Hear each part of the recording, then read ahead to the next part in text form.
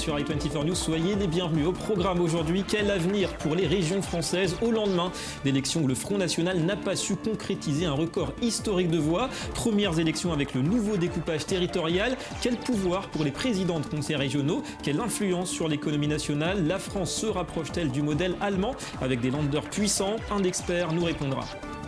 Et puis, véritable avancée historique ou simple victoire diplomatique? La COP21 a bien accouché ce week-end d'un accord sur le climat. Ambitieux, universel et contraignant d'après ses défenseurs. Ce traité est, quoi qu'il en soit, sans précédent. Est-il vraiment à la hauteur de l'urgence? 100 milliards de dollars par an pour les pays les plus vulnérables. Des sourires, de l'espoir et un Laurent Fabius. Superstar, le résumé, les images, c'est dans un instant. Voilà pour le sommaire, merci d'être avec nous. Un point avant d'y revenir sur ce qui fait l'actu éco du jour en France d'abord. Au lendemain donc des régionales, aucun coup de pouce pour le SMIC. Le salaire minimum augmentera certes au 1er janvier, mais de 0,6% et pas plus, a annoncé ce lundi le ministère du Travail qui évoque un risque sur le coût du travail et donc sur l'emploi en cas de hausse plus forte. Le SMIC passera donc de 9,61 € à 9,67 € brut de l'heure. C'est 0,1% de plus que la hausse automatique indexée sur l'évolution des prix à la consommation. Le gouvernement n'a donc plus accordé de coup de pouce au SMIC depuis juillet 2002, avec alors une revalorisation de 2% au lendemain, on s'en souvient, de l'élection de François Hollande. Des nouvelles de la Grèce qui a accompli plus de la moitié des réformes réclamées par ses créanciers pour obtenir une nouvelle tranche d'aide d'1 milliard d'euros. Athènes doit faire adopter mardi au plus tard 6 des 13 mesures restantes. L'avancement de ce processus avait été examiné vendredi par les ministres des Finances de la zone euro. Les réformes en question concernent le secteur financier, l'administration et prévoient entre autres des privatisations et des mesures fiscales et structurelles. En Europe toujours, à 6 jours des législatives espagnoles, Mariano Rajoy et le Parti populaire de droite font toujours course en tête dans les sondages. Malgré la rigueur, les scandales de corruption ou le taux de chômage encore au-dessus des 20%, eh bien, le Premier ministre tente de mettre en valeur son bilan. La croissance est de retour et pour lui, la crédibilité de son pays aux yeux des investisseurs passe d'abord par le remboursement des dettes. Madrid avait demandé une aide de 40 milliards d'euros il y a 3 ans pour sauver son secteur bancaire. Nous avons besoin d'argent. Ils nous ont prêté de l'argent et nous allons le rembourser. Il est absolument nécessaire que les entités financières récupèrent leurs dûs pour que le crédit soit disponible en Espagne. De cette façon, les investisseurs pourront faire ce qu'ils savent faire, investir et créer des emplois. En Asie, Shinzo Abe était en visite ces derniers jours en Inde. Le chef du gouvernement japonais a signé plusieurs accords avec son homologue Narendra Modi, défense, technologie ou renseignement militaire. Tokyo va également fournir à l'Inde 12 milliards de dollars sous forme de prêts bonifiés, 0,1% seulement, pour que New Delhi lui achète son premier train à grande vitesse. Une ligne doit être construite, 505 km entre Bombay et Ahmedabad, deux poumons économiques de l'Ouest indien qui seront reliés en 2 heures contre 8 actuellement. Le Japon qui prend donc un temps d'avance sur son rival chinois. Nous apprécions grandement l'enveloppe extraordinaire du Premier ministre Abe d'environ 12 milliards de dollars, avec une assistance technique à des conditions très favorables pour ce projet. Cette initiative va lancer une révolution dans les chemins de fer indiens et accélérer l'avancée de l'Inde vers l'avenir. Le protocole que nous avons signé sur la coopération dans l'énergie nucléaire civile est plus qu'un simple accord commercial pour l'énergie propre. C'est le brillant symbole du nouveau niveau de confiance mutuelle et du partenariat stratégique en faveur d'un monde pacifié et sécurisé. Un mot du marché de l'armement avec la publication du rapport de l'Institut international de recherche sur la paix de Stockholm. Il révèle qu'en 2014, les fabricants d'armes occidentaux ont encore dominé le marché mondial, 80% pour les entreprises basées aux États-Unis et en Europe de l'Ouest. Mais leurs ventes sont en déclin en valeur, moins 3,2 points de pourcentage sur un an, plus 50% à l'inverse pour les ventes de l'industrie russe. Globalement, le chiffre d'affaires des 100 premiers fabricants de la planète s'est contracté de 1,5% l'an dernier à 401 milliards de dollars et parmi les clients les plus importants, une fois de plus, les belligérants du conflit syrien. La Chine et l'Iran sont des fournisseurs d'armes à la Syrie, mais la majeure partie provient de Russie. Mais la Syrie n'obtient pas grand-chose en ce moment. Elle n'a pas beaucoup d'argent. Les Russes disent, en gros, vous payez, on livre, sinon on ne le fait pas. Et puis sachez qu'Alibaba, géant chinois du e-commerce, va débourser 266 millions de dollars pour racheter des activités médias du groupe hongkongais SCMP, dont le quotidien le plus lu de Hong Kong, le South China Morning. De quoi raviver les craintes pour certains quant à l'indépendance de ce journal. Jack Ma, patron d'Alibaba, étant connu comme un proche des milieux politiques de Pékin.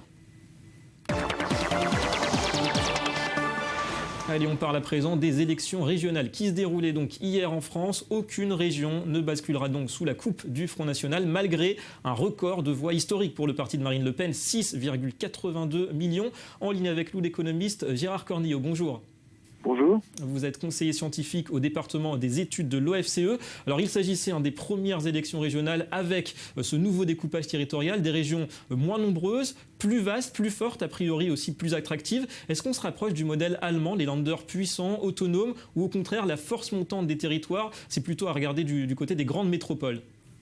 Alors, d'abord, il ne faut pas trop se faire d'illusions sur le modèle allemand. C'est un modèle qui est pas celui qu'on croit. Il y a une grande hétérogénéité entre les Länder allemands. Hein. Le plus grand compte 17 millions d'habitants, c'est la Rhénanie du Nord-Westphalie. Et puis le plus petit, c'est la ville de Brenne avec 650 000 habitants. Donc c'est extrêmement diversifié. Les Länder allemands sont des Länder historiques. Ils n'ont pas du tout été découpés pour constituer des ensembles homogènes extrêmement puissants. Alors que c'est en gros, dans un pays très centralisateur comme la France, ce qu'on a tenté de faire avec ce redécoupage. Donc c'est plutôt en France qu'il y a cette volonté de puissance économique rassemblée dans des grandes régions plutôt qu'en Allemagne. Donc c'est pas vraiment la copie du modèle allemand. Alors ensuite, est-ce que les régions vont prendre le pas sur les métropoles? C'est un petit peu compliqué. C'est-à-dire que la tendance aujourd'hui, effectivement, est de mettre l'accent sur le dynamisme des métropoles. Alors on entend par métropole Paris, Londres, New York, etc. Donc c'est ces grands ensembles urbains qui concentreraient l'essentiel du dynamisme économique des différents pays et aussi de la planète. Alors c'est pas tout à fait évident. En réalité, ces grandes métropoles sont aussi des zones de très fortes inégalités, avec des gestions très très compliquées, des problèmes de pollution, d'engorgement. Donc il n'est pas sûr que cet accent mis sur les grandes métropoles soit vraiment pertinent. Merci beaucoup Gérard Cornillo pour ces explications. La France toujours qui aura donc été l'hôte ce week-end d'un accord historique sur le climat. Difficile de dire si cette COP21 à rallonge aura tenu toutes ses promesses, mais l'essentiel est là pour les organisateurs. Un traité international qui associe les pays industrialisés et ceux en développement dans la lutte contre le réchauffement climatique. 100 milliards de dollars notamment versés par les premiers aux seconds chaque année à partir de 2020. Mais quelle réelle force juridique pour ce texte? Comment sera-t-il interprété par les 195 pays signataires? Laura Duhamel nous résume les enjeux économiques de l'accord de Paris. Le moment se veut historique. Sous un tonnerre d'applaudissements, ce qu'on appelle désormais l'accord de Paris est adopté. Laurent Fabius, président de cette 21e conférence sur le climat, brandit symboliquement un maillet vert. J'invite maintenant la COP à adopter le projet de décision intitulé Accord de Paris qui figure dans le document. Je regarde la salle. Je vois que la réaction est positive. Je n'entends pas d'objection. L'accord de Paris pour le climat est accepté. Disposition très attendue de l'accord de Paris, la limitation du réchauffement climatique en deçà des 2 degrés par rapport à l'ère pré-industrielle. C'est l'article 2 du texte qui pose ce principe. Et il va même au-delà, précisant que des efforts devront être faits pour rester en dessous de 1,5 degré. Pour autant, la méthode pour y parvenir reste floue. Ce sera à chaque pays de décider tous les 5 ans de nouveaux objectifs pour réduire ses émissions de gaz à effet de serre. Et déjà, les ONG de protection de l'environnement montent au créneau. Car à l'heure actuelle, les plans respectifs de chaque pays mettent la planète sur une trajectoire de plus 3 degrés. Pour nous, ce qui manque dans cet accord, c'est le signal fort qu'il faut amorcer une transformation de nos modes de production énergétique. Sinon, le 1,5 degré, ça va rester un engagement sur un bout de papier. On sait que les engagements des pays qu'on connaît déjà ne sont pas suffisants pour rester sous cette barre des 2 degrés. Autre point fort du texte, la mobilisation de 100 milliards de dollars par an d'ici 2020 en faveur des pays en voie de développement. Une somme intégralement à la charge des pays riches. Dans cette enveloppe figure à la fois de l'argent public, des dons et des investissements privés. Concrètement, si une entreprise française décide de construire un parc éolien par exemple dans le Sahara et qu'elle est aidée par l'État, cela sera pris en compte. Mais cette disposition a été retirée du corps même de l'accord de Paris et reléguée dans une annexe. Et ce, afin d'éviter que le Sénat américain n'aille contre la volonté de Washington et rejette le texte. Pour Barack Obama, cela serait un échec. Cet accord représente la meilleure opportunité jusqu'à présent de sauver la seule planète que nous possédons. Je pense donc que ce moment peut marquer un tournant pour le monde. Si pour beaucoup d'ONG, l'accord de Paris est insuffisant, il demeure qu'il devrait modifier en profondeur le visage de notre économie mondiale. Le développement des énergies propres va aider les pays à se diversifier, notamment ceux qui dépendent des revenus du pétrole. Et surtout, il pourrait bien créer de nombreux emplois, environ 60 millions d'ici 2030, selon l'Organisation internationale du travail. C'est l'un des arguments des pro-accords. Transition énergétique égale opportunité pour l'emploi. Alors comment convertir ce succès diplomatique en réussite climatique? On va retrouver Thierry Barbeau depuis Paris. Bonjour. Bonjour. Expert des économies africaines et directeur notamment du site info-afrique.com. Vous étiez présent à cette COP21. Quel bilan d'abord tirez-vous de cette 21e conférence des parties ? Alors, hélas, à chaque COP, on revient un petit peu systématiquement sur les mêmes problèmes. L'Afrique participe seulement à hauteur de 2% du réchauffement et elle est extrêmement impactée. Malgré tout, comme vous le disiez dans le reportage, un accord est là, il a été signé. Il prévoit de ne pas augmenter de plus de 0,5 degrés le réchauffement d'ici à 2100 sur les 2 degrés qui étaient prévus. Il est aussi entendu, et ça c'est très important, que les pays dits développés financeront à hauteur de 100 milliards d'euros les pays pauvres pour s'équiper en énergie verte. Mais dans quel délai, dans quelle modalité, c'est pas clairement défini dans l'accord. C'est aussi là justement que se sont produites les principales tensions entre la Chine, l'Inde, les États-Unis et puis bien sûr beaucoup de pays d'Afrique. Alors tous ne sont pas dans les mêmes situations. Les enjeux sont liés aux politiques économiques. On va voir ce qui va se passer clairement. Ouais, donc un accord un petit peu à minima, mais tout de même l'Afrique qui se verra dotée massivement d'énergie renouvelable, c'est encourageant ça. Ah oui. Bon, alors tout le monde est vraiment d'accord sur le fait que le potentiel est énorme au niveau de l'Afrique, avec l'ensoleillement sur les 54 pays, les plus grands fleuves du monde. Donc c'est vraiment des perspectives qui sont énormes au niveau, par exemple, de l'hydroélectrique. C'est le continent de l'avenir économiquement et donc stratégiquement. Mais aujourd'hui, actuellement, par exemple, avec l'ouverture de la centrale de photovoltaïque de Nord au Maroc, c'est l'équivalent de 70% d'un réacteur nucléaire. Le Kenya, par exemple, produit à peu près 40% déjà de son énergie de manière éco-responsable. Alors, le grand mystère, c'est qui financera quoi et comment. Quel délai? Est-ce qu'on va rentrer encore dans le débat sur les réfugiés climatiques? Je crois que c'est plus que jamais d'actualité. Je crois qu'il faut attendre ce qui va se passer, ce qui va être mis en place. Et puis rendez-vous surtout pour la COP22 qui se tiendra justement au Maroc en novembre 2016. Alors en quelques mots maintenant, de l'intérieur, cette COP21, elle s'est tenue tout de même dans un climat assez particulier. Vous l'avez ressenti vous-même ? Ah oui, bien sûr. Alors, on était quasiment 15 jours après les attentats qui ont frappé Paris. Donc, il a été annoncé en fait que les événements et manifestations publiques étaient interdites.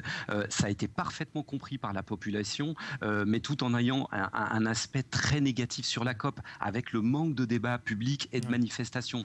Donc, une COP entre les États, les délégations et les entreprises, avec un très très joli coup médiatique et diplomatique pour la France. Opération réussie pour la France, au moins sur le front diplomatique. Merci beaucoup Thierry Barbeau. On va passer au Media Watch. La revue de presse qui revient sur la mystérieuse disparition du patron du groupe chinois Fosun. Bonjour Jonas Citruc. Bonjour David. Alors c'est aussi, il faut savoir, le propriétaire du Club Med et il a refait surface. Oui, donc il s'appelle Guo Guangchang, c'est donc le PDG du conglomérat chinois Fosun et comme vous l'avez dit, le propriétaire du Club Med. Et bien, en fin de semaine dernière, le milliardaire de 48 ans a simplement disparu. Résultat, les spéculations vont bon train, les inquiétudes augmentent et les actions du groupe s'effondrent. Mais lundi matin, il est réapparu lors d'une réunion de travail annuelle. Que s'est-il passé pendant ces 4 jours? Eh bien, selon les médias locaux, le président de Fosun coopérait à une enquête. Apparemment, ce type de disparition pourrait aider les autorités n'est pas rare en Chine. Cependant, les explications sont trop minces pour rassurer les investisseurs. Ce lundi, le titre Fosun International a clôturé sur une chute de près de 10%. Ouais, c'est vrai que c'est pas très rassurant. On va parler de Star Wars avec la sortie du nouvel épisode, c'est cette semaine, le réveil de la Force. Oui, la première est prévue ce lundi à Los Angeles et la sortie en salle doit avoir lieu mercredi. Un véritable événement selon les spécialistes. On devrait atteindre uniquement grâce aux entrées près de 2 milliards de dollars, c'est-à-dire presque autant qu'Avatar et Titanic. électronique. Et côté produits dérivés entre les jouets, les gadgets et la nourriture, les recettes pourraient être encore plus élevées, jusqu'à 5 milliards de dollars uniquement pour 2015. Bref, l'argent dépensé pour produire donc ce volet de la saga Star Wars, environ 200 millions de dollars, devrait être vite remboursé. Ouais, c'est toujours très rentable. Et puis on termine avec un cadeau de Noël plutôt généreux, une entreprise américaine qui donne 100 000 $ à ses salariés. Oui, il s'agit du groupe gazier et pétrolier Hilcorp Energy, basé à Houston, au Texas. En 2011, le PDG a lancé un plan pour doubler à la fois la production pétrolière, les réserves de gaz et de pétrole et la valeur de l'entreprise. D'ici 2015, eh bien, c'est un succès. Les employés ont réussi et même avant, au mois d'avril, c'est donc en guise de récompense qu'ils ont reçu une prime de 100 000 $ chacun. Mais ce n'était pas la première fois que l'entreprise fait preuve d'une telle générosité. En 2010 déjà, ils avaient reçu des voitures de 50 000 $. Et avis aux candidats, préparez les CV. Merci Johanna et à très bientôt. À bientôt. Voilà la fin de cette édition. Merci à vous d'avoir été avec nous. Économie Le Mag revient demain sur i24 News. Restez avec nous, l'information continue.